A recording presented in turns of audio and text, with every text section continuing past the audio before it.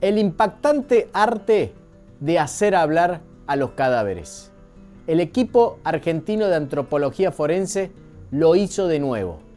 Se trata de un organismo de excelencia, un orgullo nacional que acaba de devolverle la identidad a un secreto que estuvo guardado 41 años en los fondos de un chalet de Coglan, en la ciudad de Buenos Aires. Una historia criminal que no deja de impactar y de interpelar. Diego Fernández Lima era un adolescente de 16 años que el 26 de julio de 1984 salió caminando de su casa familiar con una mandarina en la mano. Le dio un beso a su mamá, le pidió dinero para tomarse el colectivo, le dijo que iba a ver a un amigo y luego se iba a ir esa noche al colegio, al ENET 16, donde todos los días cursaba el secundario. Ese día, aquel jueves, no tenía entrenamiento. Jugaba en las divisiones inferiores del club excursionistas. Aquel jueves, su rastro se perdió prácticamente para siempre. Cuando su familia fue a denunciar que Diego no regresaba, en la comisaría no le quisieron tomar ningún tipo de denuncia. La causa quedó caratulada desde entonces como fuga de hogar. Diego nunca se había llevado ropa, una mochila o algo que hiciera presumir que quería dejar a su familia. Aún la democracia estaba gateando en la Argentina y las fuerzas de seguridad tenían prohibida la palabra desaparición. Fuga de hogar nunca le hizo honor a lo que realmente le había pasado.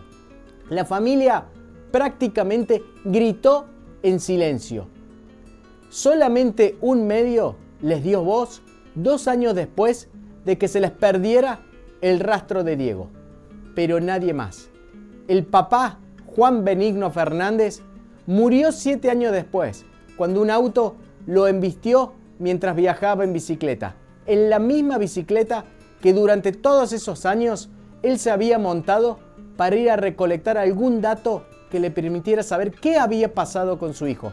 En una libreta había anotado los nombres de sus compañeros del colegio, de sus compañeros del fútbol y de otras amistades posibles. Había ido a preguntar uno por uno, pero nunca había encontrado una respuesta. Se murió sin saber qué había pasado con él. Su mamá, que hoy tiene 87 años, el martes pasado recibió la noticia más agridulce de su vida. A Diego lo habían matado, pero pudo reconstruir, 41 años después, aquellos enormes puntos suspensivos que habían dejado a toda una familia sin saber el final. El 20 de mayo pasado, un grupo de obreros trabajaba en la medianera de una vivienda que supo alquilar en su momento el músico Gustavo Cerati.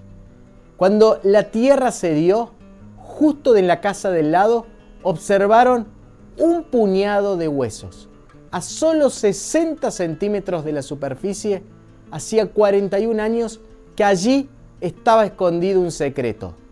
El equipo de antropología forense se llevó esos huesos y logró determinar que alguien lo había matado de una profunda puñalada a la altura de la 4ª costilla. También determinaron que se trataba de una persona muy joven, de entre 13 y 19 años, que era deportista, y marcaron que habían encontrado junto al cadáver, al que habían intentado descuartizar sin éxito, un viejo reloj Casio que recién en la década de 1980 había comenzado a fabricarse en Japón, una corbata escolar y también una moneda de 5 yenes que los jóvenes de aquella época utilizaban como un amuleto de moda. El fiscal Martín López Perrando utilizó a la prensa a su favor. Se dio cuenta de inmediato que el dato de que Gustavo Cerati hubiese vivido en la casa del lado atraía las miradas sobre este caso. Fue alimentando las noticias de manera periódica para que cada vez más argentinos se interesaran sobre esta historia.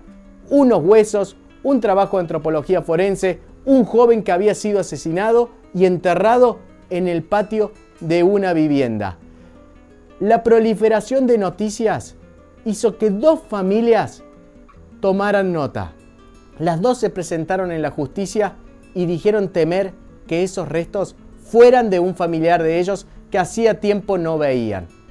En silencio se les extrajo las muestras y en Córdoba, en el laboratorio de genética forense del equipo de antropología forense, hace poco más de 10 días, lograron establecer que uno de esos perfiles, que una de esas familias coincidía sin lugar a dudas con los restos, con los huesos encontrados en ese patio.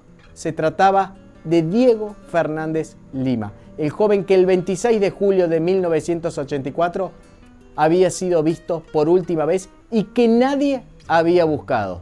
Hay un axioma que dice que no existe el crimen perfecto. Lo que existen son investigaciones imperfectas. La desaparición de Diego jamás había sido investigada como correspondía desde entonces. El fiscal no se quedó solo con la confirmación de la identidad.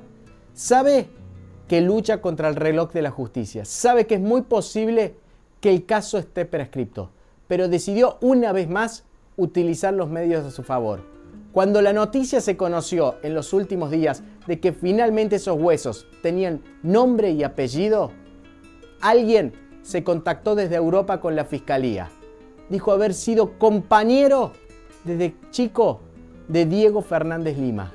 Y dijo que en esa casa de la familia Graf también vivía Claudio Graf, un hombre que hoy tiene 56 años y que en ese momento, en aquel 1984, era compañero del mismo colegio de Diego.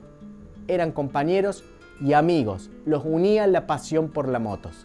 Nadie sabe qué pasó ese día y por qué Diego terminó asesinado y enterrado a las apuradas en un lugar donde nunca más lo sacaron durante 41 años. Claudio Graf ya borró todos sus perfiles en las redes sociales. Se sabe que es un hombre que trabaja en una empresa multinacional y que nunca contó hasta ahora si sabía o no qué pasó con el cadáver de su amigo. Su abogado defensor ya adelantó que va a pedir la prescripción del caso, que no va a querer contarle a la justicia la última respuesta que la familia Fernández Lima aún espera.